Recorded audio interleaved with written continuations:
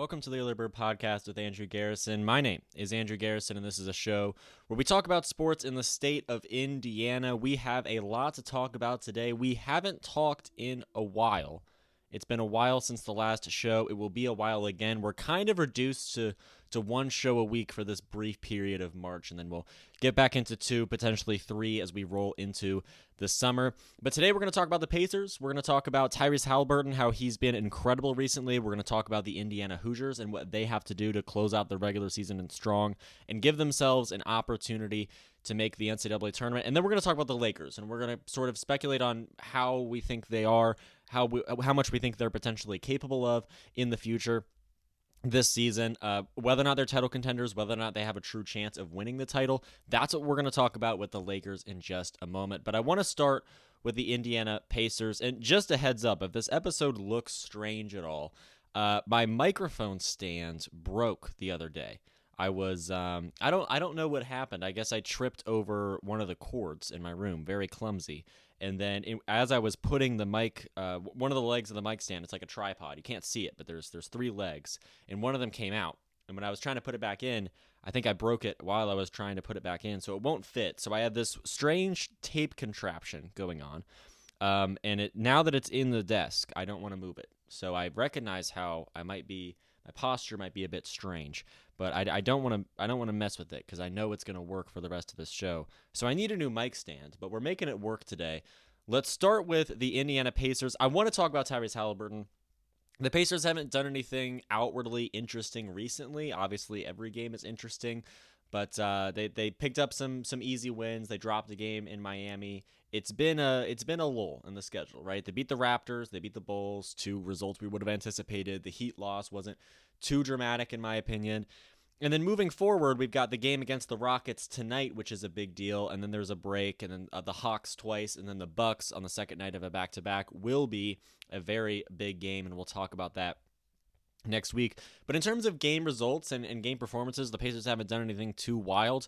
So I want to talk about Tyrese Haliburton because he has been putting together results that I would consider to be wild. The Pacers are 4-2 since the All-Star break, facing tough competition, right? That's a win over Memphis. That's a win over the Clippers. That's a loss to the Nuggets. But nonetheless, they're playing tough teams. At least some of them are tough teams. They're 4-2 since the All-Star break.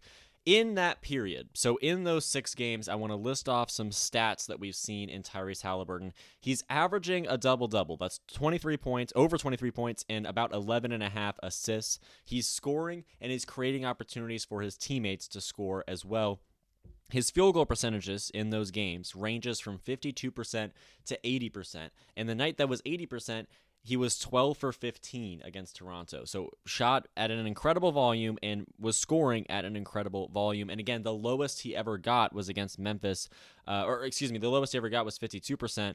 And then that was against Memphis. And then in the three-point percentage as well, the only game that he's below 50% in three-point percentage is the Memphis game. He went 4 for 11. But he's taking a minimum of 5 shots a game and scoring the 3 ball at over a 50% clip in these 6 games. On top of that, he literally has not missed a free throw. He's 12 for 12 since the All-Star break. He has not missed a free throw. Defensively, he's got 3 steals in every single game. He had 4 in Miami, 1 versus Memphis, but he's effectively expected to have 3 steals in every game at least. And he only turns the ball over once a game. He has about 1 turnover per game over the stretch. So that's a lot of information. What are the takeaways that we're walking away from this conversation with? Well, in the weeks before the All-Star break, he was struggling to crack 20. That was a rarity. It was a rarity. It was unlikely that he would crack 20. But now it's borderline every single night. Tyrese Haliburton is coming in, getting it done, whether it's in Gainbridge or away from Indianapolis. He's scoring 20% or 20 points at least, or at least getting very close every single night. He's scoring more. He's, again, creating more shots for teammates. He's playing his role as point guard much better. He's shooting much more effectively. We talked about the fact that he just can't miss. He can't consistently miss against quality opponents as well.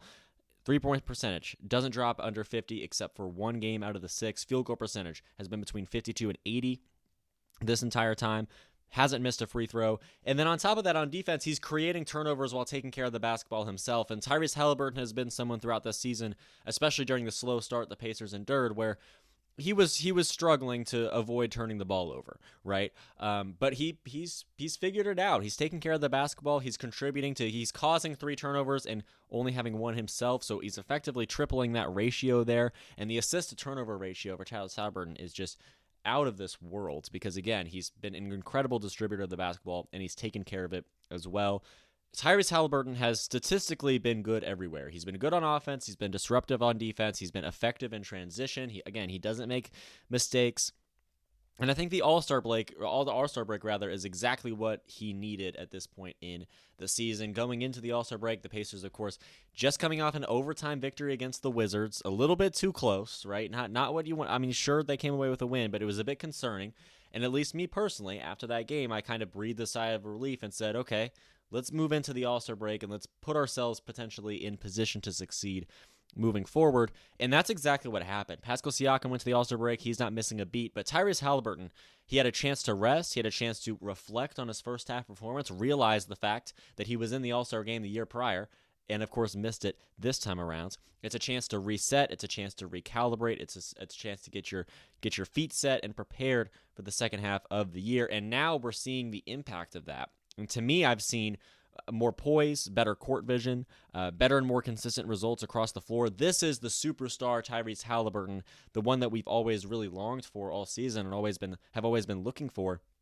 We're finally seeing that consistent production from Tyrese Haliburton to a point where you, of course, would expect from a guy like him on a team like this that we're considering to be championship contenders and considering to be capable of going all the way. The question of whether or not Tyrese Haliburton is a superstar, I think, is answered during this stretch. I would say yes, absolutely, because he checks every box, right? I think Tyrese Haliburton is somebody that he's one of the more enigmatic players in the league right now, just because when you look at him, you don't think superstar necessarily. You look at LeBron, you look at KD, you look at Curry. They all had their success right out of the gate, and they've maintained it over the course of decades, truly. And Tyrese Haliburton, someone whose success kind of came out of nowhere. We didn't really fully understand that he was going to be this good for Indiana when we got him. And he's kind of slowly worked his way up to this point of success, and that's great. And then you see some of the inconsistencies earlier in the year, and of course he was out for a little bit of time during the playoffs last season, and he wasn't the guy necessarily every single night putting up the numbers that were allowing the Pacers to advance. And now all of a sudden you look up and you see these points, you see these assists, you see the fact that he's averaging a double-double, right? You see the fact that his shooting is incredible. You see the fact that he's elevating the team around him, and you realize that maybe Tyrese Haliburton is at the level of the superstars that we see take teams to the NBA Finals. He's an individual talent. He's playing well on his own. He's elevating the team around him. He leads a successful team that's in playoff contention. That's a superstar right there. And Tyrese Haliburton has been performing like one in recent days and recent weeks, and that's very, very encouraging to see, especially because we're at a point where it's not just flashes anymore, right? It's consistent superstar-level production from really the top guy on the Indiana Pacers. If he stays healthy and if he stays effective, this team has a chance, and that is absolutely what I would love to be able to say about the Indiana Pacers at this point. Tyrese is in this situation where they're chasing down the 3 seed. I don't think that they're going to be the 3 seed at this point. They're 5.5 games out. They're tied with the Bucks right now for the 4. I think that's what the focus should be, is just keeping position and maintaining the 4 seed, probably setting up for a series against the Bucks, which will be difficult. It will be strenuous, but it will be doable. It'll be workable. It'll be manageable. It'll be winnable. And Tyrese Haliburton's putting himself in the position to where this Indiana Pacers team can stay hot and have someone like Tyrese leading them night after night and really start winning in the playoffs again, knock out the Bucks, and then all of a sudden you're facing down the Cavs and you're having a real serious conversation about whether or not the Pacers are going to be capable of going all the way to the NBA Finals. I don't know if we should be that optimistic, but I certainly think we should be close, and I think Tyrese Haliburton playing like a superstar is a very important reason why. All right, I want to talk about the Indiana Hoosiers. They are looking to finish the regular season strong, and most importantly, they're looking to roll into the postseason with an NCAA tournament bid. Let's talk about the current bracketology. Jerry Palm has the Hoosiers safely in the field as a 10 seed. I think that might be a little high. Joe Lunardi has them as an 11. They're in the last 4 buys category. And so then the question is brought up of what they need to do to secure, guarantee, to clinch an at-large spot at this point in the year, because they can blow it, right? I think that if they have a losing record the rest of the season, I think if you reset the season right now, say every team's 0-0, if Indiana has a losing record, then I think they're out, right? If they lose in the first round of the Big Ten tournament and lose to Oregon or Ohio State, I think they're out.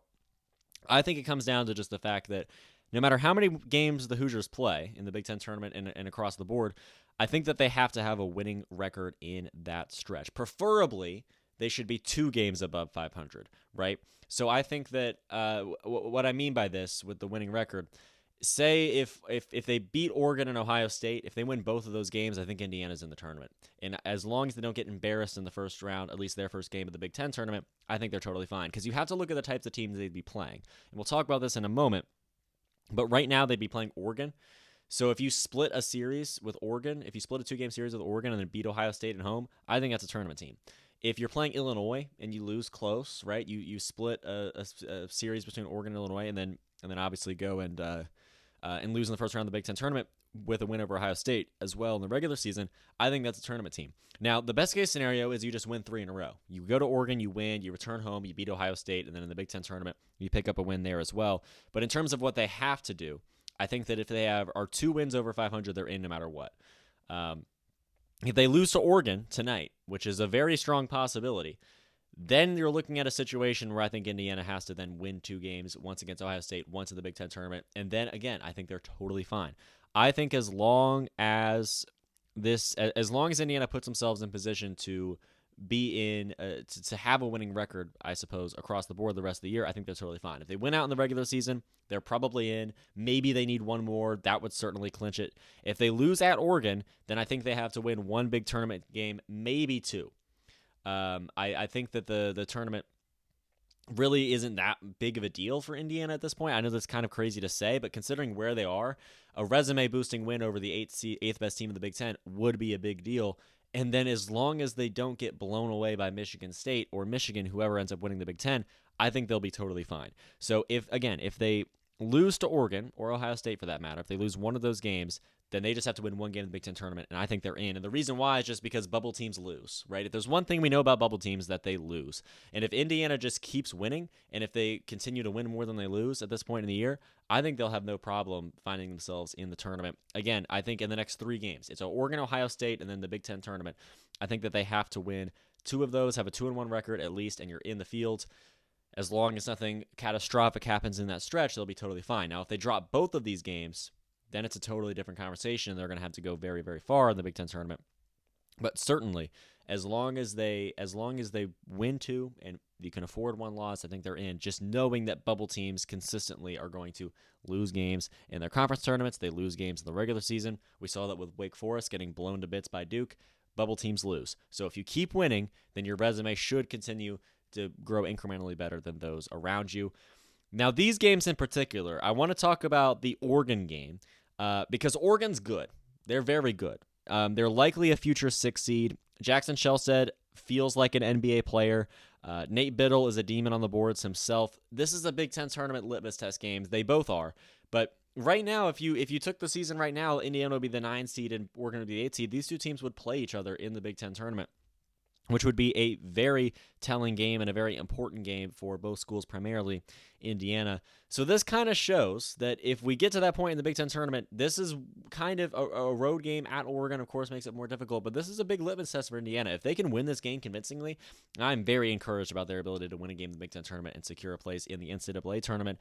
But if they get picked apart by Oregon, then all of a sudden it's a slightly different conversation about where Indiana stacks up with the teams around them in the Big Ten standings. Big-time Big Ten tournament litmus test game. Oregon is favored by 6.5. They've won 5 games in a row. It's not shocking to me that they're favored by so much at home. Of course, this game's in Oregon. Indiana's going to have to travel a whole lot to get there. It's a 9 p.m. tip-off. This is a different feeling.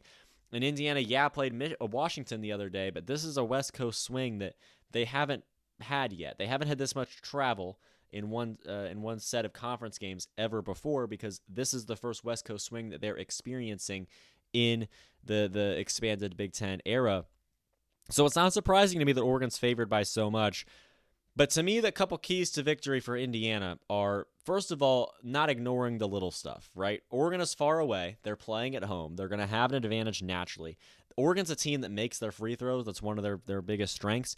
Don't let that be a factor of the game. It's not necessarily about not fouling Oregon, although obviously that would be beneficial as well.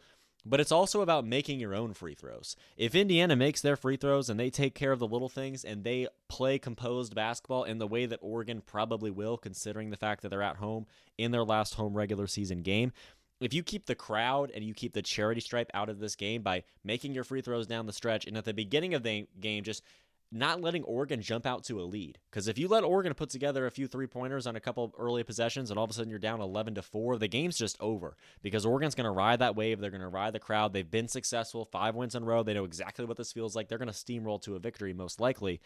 If Indiana jumps out to the lead, or if at the very least just keeps the game slow and keeps the game close, then they're going to have a much better chance from the beginning. And then as we get down the stretch and what will probably be a close game if Indiana's going to win it, keep those charity stripe shots going down, keep those foul shots going through, and Indiana's going to have a real good chance. The little stuff, the very beginning and the stretch run at the free throw line is going to be what's most important, in my opinion, when it comes to Indiana.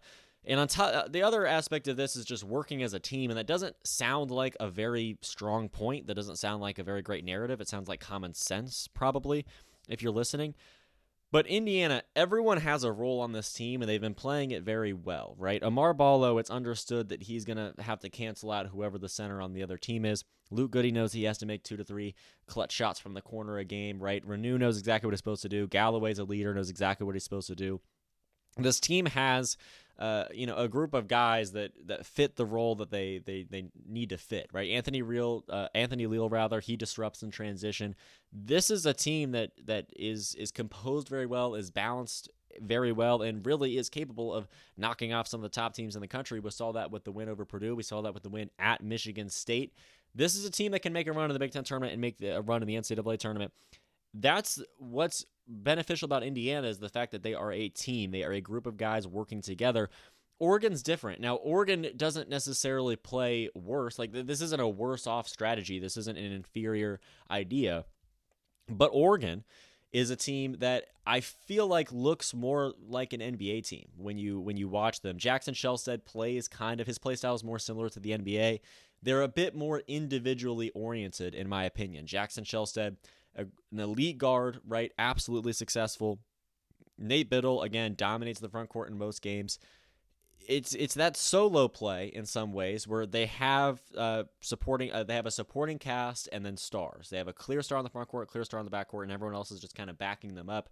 Jackson Shelstead takes a lot of ISO plays. There's times where he takes the ball off the court and doesn't pass it once, which is not necessarily what you see as often in college basketball. That's more so an NBA feel. So Oregon is more individually oriented. Indiana is more of a team, in my opinion. This team for the Hoosiers is going to have to outweigh those individuals. That's a tough task on the road. Jackson Shelstead, Nate Biddle, they're in their own building. They are perfectly used to winning games in this building. They were ranked for the majority of the year.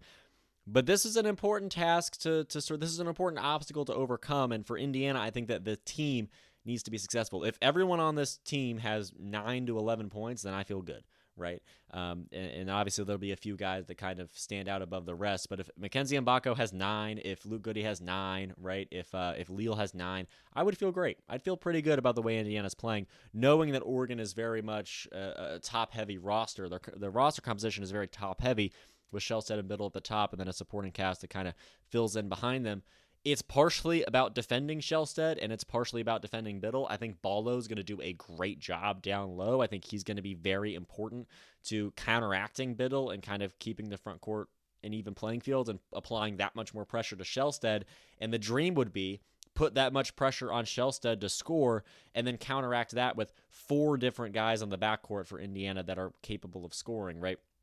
Tell Shelstead, if you're going to score 30, you could win. But, we've got 4 guys combined that are going to score 28, and the way Ballo's playing down low, you understand what I'm saying? If Ballo counteracts the front court and even wins the front court, and that just puts that much more pressure on the other star and Shelstead, and if they both can't succeed, Oregon's chances of winning drop dramatically. So if Ballo can sort of counterplay Biddle successfully down low, it puts that much more pressure on Shelstead. And as long as Indiana's scoring, as long as the backcourt and the role players on the Indiana Hoosiers basketball team are scoring, Shelstead's going to have a whole lot of pressure on him. And that's a lot of pressure to put on one guy, even if you're at home.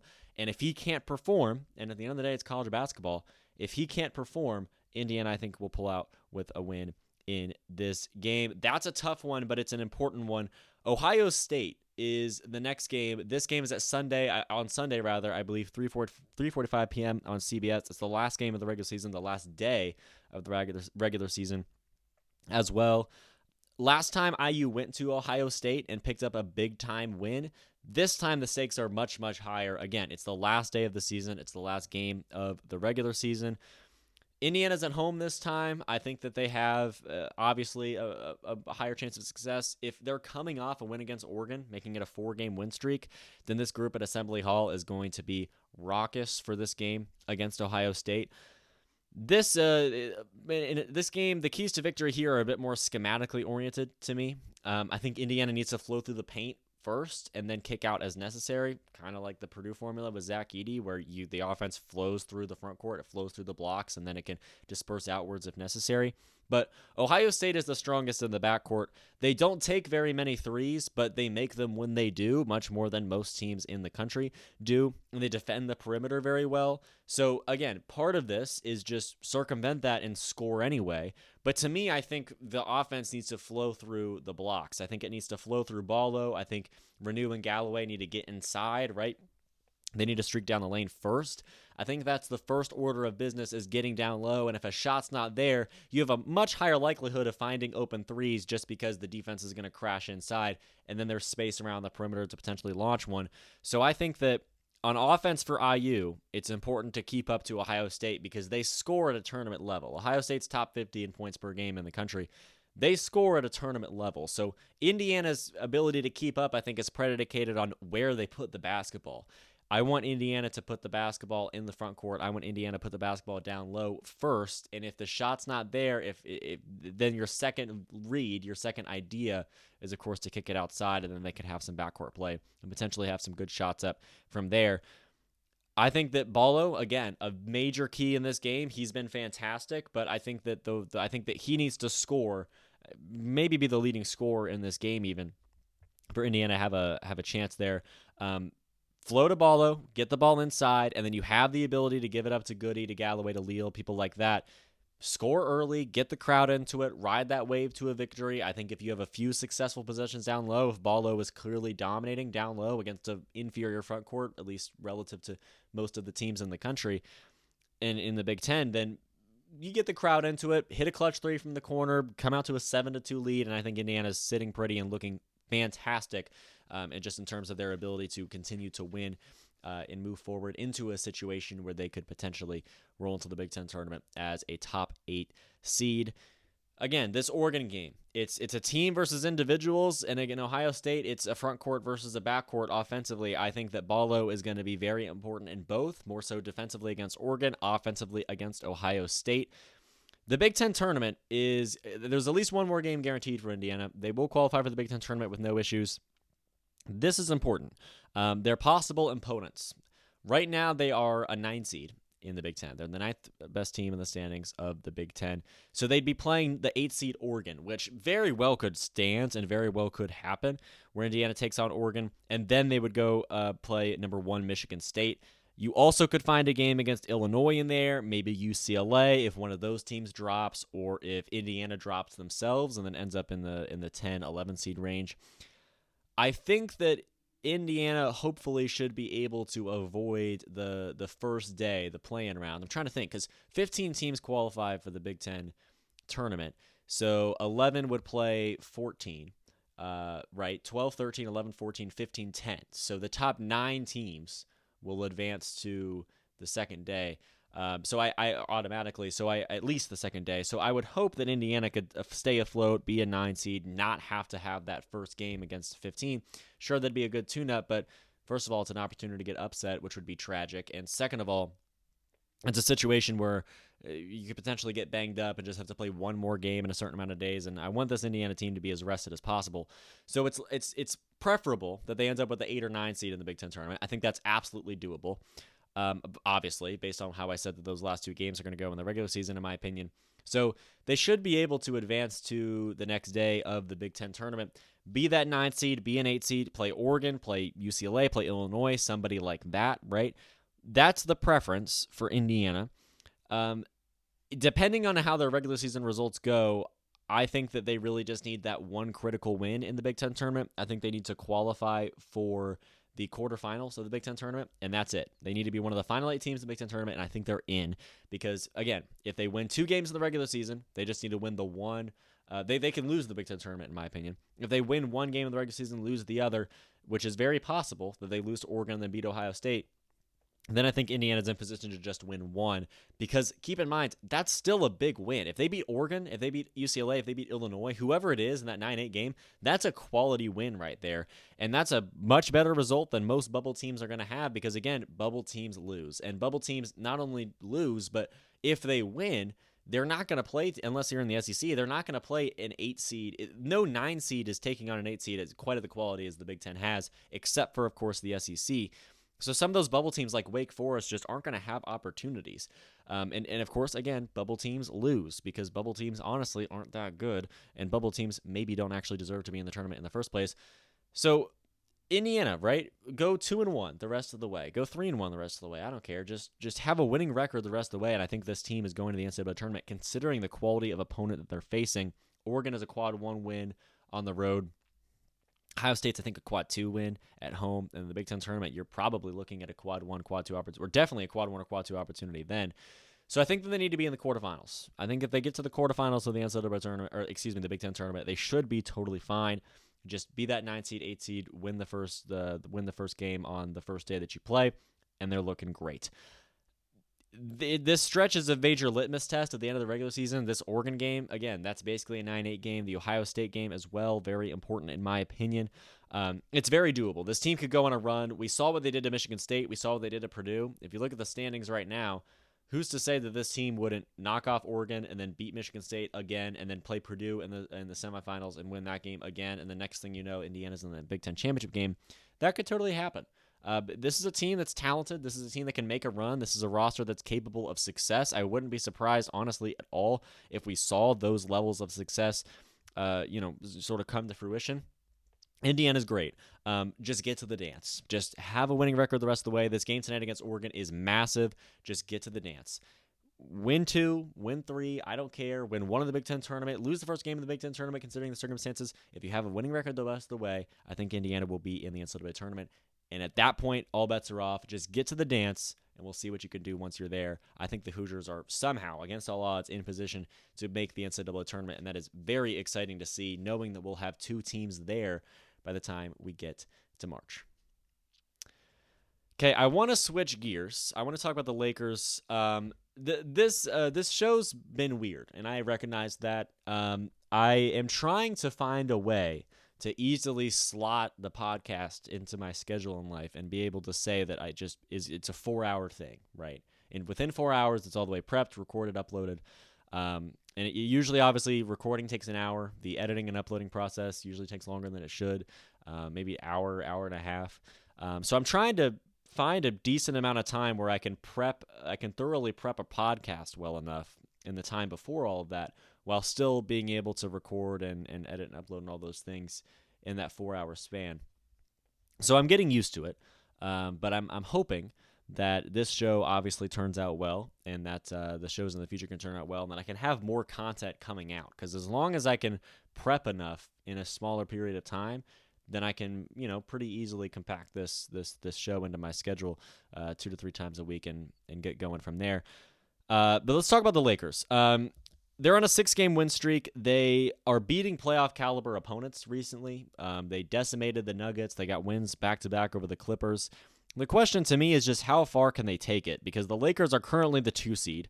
They're built to succeed. They have 2 major stars in LeBron and Luka and a killer supporting cast. Obviously, they have everything that they possibly could need to get it done and win a championship. The question is, can they? And can they in year one? And honestly, it's like year 0.5 because Luka came in obviously at the trade deadline in the middle of the year. So it's kind of a random series of events where all of a sudden you look at the Lakers and say, well, this 7 seed at the time potentially could go on a run and win it all. How could they do it? Because I said yes, but it's hard to just say this team can win a championship right away. Obviously, any team with LeBron and Luka on it is going to be contending for a championship, but I'm talking truly, is this team doesn't seem to have what it takes. I think they do. Part of the reason why is because the West lacks playoff experience, and the Lakers have more playoff experience than probably any team in the league at this point, to be honest. LeBron, most playoff experience ever. Luka went to the finals last year, right? So Luka has the playoff experience that he's going to need. He played great in the bubble. He even had with full crowds, last year, made the finals, didn't win, but certainly got close, right? He was great in Dallas. Luka has enough playoff experience, in my opinion, to be considered experienced. LeBron, without a doubt, does. The Lakers, this team, without a doubt, does. Austin Reeves even has been around. Rui Hachimura has been around. These guys have playoff experience. They understand the way the stakes change when you get to that point in the season.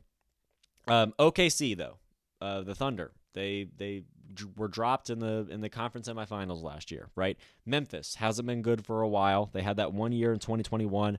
They haven't been good for a while, right? Houston, absolutely no playoff experience. It's not their fault. It's just the way that they are. They're young. They're new. They're kind of new to this stretch of the standings.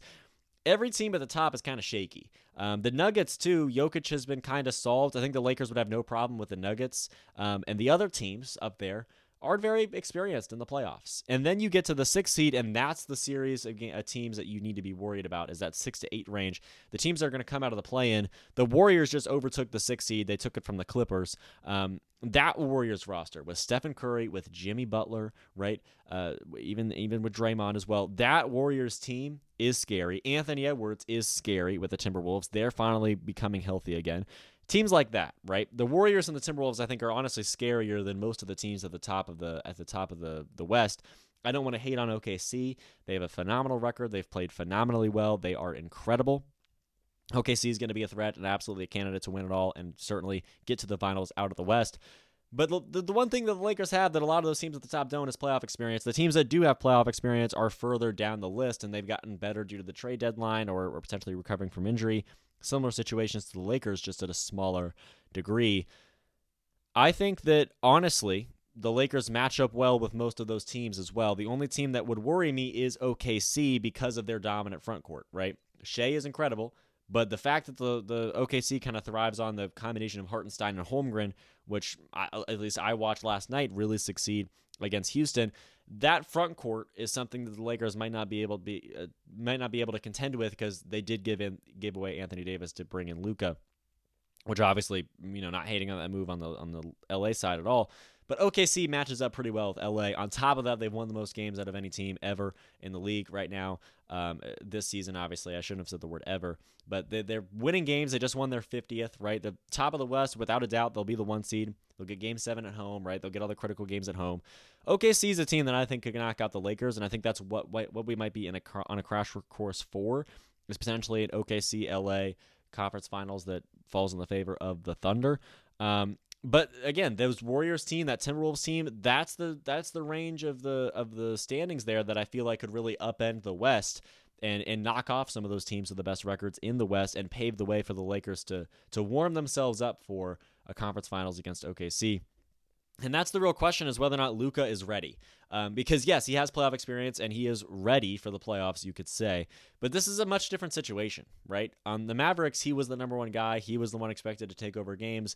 And although that may be the case in LA, again, the team chemistry, completely different. The team dynamic, completely different. Losing Anthony Davis and bringing in Luka Doncic is a massive switch. It's a massive change of events. It's a massive flip in personality, in play style, across the board, right? This is an entirely different team, knowing that you add Luka and give up Anthony Davis. They're completely different players. They play different positions, right? This is different. This is new. And on top of that, for Luka, personally, he's shown he can perform in the playoffs, but now he's the number 2 guy, right? He's not the number 1 as he always was in Dallas. LeBron is the one garners the most attention, has the most focus. And that's I'm not to say Luka would be jealous or potentially would play poorly because he's trying to be the number one guy. I don't think that he's that type of player at all. It's just a different dynamic. Is he ready to perform at a high level and be effective as a number 2 scorer in LA? I don't know. Probably, right? He probably is. And that's why I feel like the Lakers can escape the West as long as they can get past or at least avoid OKC. I think that the Lakers will be totally fine, right? If you look at the first round, they could be playing the Warriors. They could be playing the Timberwolves. I think the Lakers could either get dropped in round 1 or they're going to the finals. Or at least the conference finals. I don't think there's any way the Lakers lose in the Eastern Conference semifinal or the Western Conference semifinals rather, because if they get past one of those tough underdog teams like the Warriors and Timberwolves, then it's the Grizzlies or it's the Rockets, right? And I don't think that those teams have what it takes to knock out this Lakers team at this time, even though this Lakers team, at least this version of it, is new. So they can escape the West, right? They could get picked off by the Warriors. They could get picked off by Anthony Edwards. They could get picked off by Shea and the Thunder. I think that they can probably win the finals, but I wouldn't bet on it. I don't think they will. I don't think the Lakers will win a championship. But they have the roster, obviously, and the team capable of going all the way. They're very prone to getting dropped by Golden State, OKC, and then you forget that if you get to the NBA Finals, you still have to knock out a team like Boston or a team like Cleveland, right? A team like that, despite their talent, I feel like the Lakers would probably lose to. It's going to be interesting to watch play out. They will be massively fun to watch in the playoffs, and I'd love to see them go all the way. I'd love to see Luka happy. I'd love to see LeBron win another one. I'm a Pacers fan, obviously, so I want the Pacers to win it all, but it's a phase of the NBA where the guys that I grew up watching, like LeBron, are kind of phasing out. Kyrie might be done forever. He tore his ACL. He's out for the year. I don't know if I'll ever see him play again. And these guys are kind of phasing out. Curry's phasing out. LeBron's phasing out. It'd be good to see some of these guys get one more. I think that Curry versus LeBron in the playoffs would be absolutely spectacular as a 7-2. I hope that happens, or if it doesn't, I hope that it happens in the next round, right? I think that the Lakers and I think that the Warriors and the Timberwolves, these are all kind of these underdog teams that kind of really improved at the trade deadline that could be capable of doing some damage and making some things happen once we get to the playoffs. The Lakers can win a title. They can make it to the NBA Finals. I don't think that they will. I don't think they'll win a title. I don't know if they have it in them this year, just because, again, this isn't really year 1. This is year 0.5. And every other team, every other roster is at the very least on year 2, at least the ones up at the top. So the Lakers can win it all, but I don't think they will. It will, again, be interesting to play out, and I'm very excited to see that occur throughout the rest of the regular season and, of course, the playoffs. We'll see how much they can keep this 6-game winning streak going.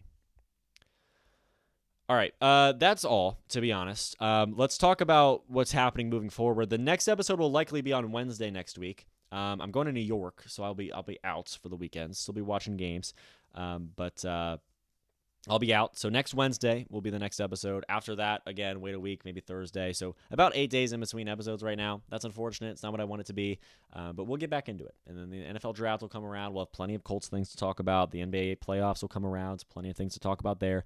There will be a lot to talk about as we sort of get back in the flow of having 2 to 3 episodes a week. But yeah, games between now and then. Tonight, the Rockets play the Pacers. Rutgers plays Purdue. Indiana versus Oregon, that big game. Thursday, the Pacers go to Atlanta. Friday, Purdue goes to Illinois for their last game of the regular season. Saturday, we got Ohio State at Indiana. We've got the Pacers at the Hawks. Monday, Pacers at Bulls. Tuesday, Bucks at Pacers. A lot of Pacers games in between now and when we'll next speak. I imagine that the next time we talk, we'll be talking about that stretch of Pacers games, primarily the Pacers against the Bucks. However that game goes, because again, the Pacers are 0-2 against the Bucks so far this season, and that could be the 4-5 matchup. That's a telling playoff game.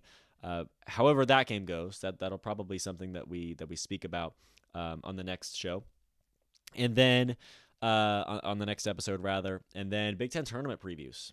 Purdue is obviously in the Big Ten tournament. Indiana in the Big Ten tournament. We'll talk about that. We'll have plenty to talk about. Probably some college basketball. Thank you so much for listening. I'm excited to get into this postseason of basketball season, whether it's college basketball or the NBA. We're really getting into the thick of it here. I'm very excited to talk about it all. Thank you so much for watching or listening to the Early Bird Podcast with Andrew Garrison. My name is Andrew Garrison, and I will see you all again next week.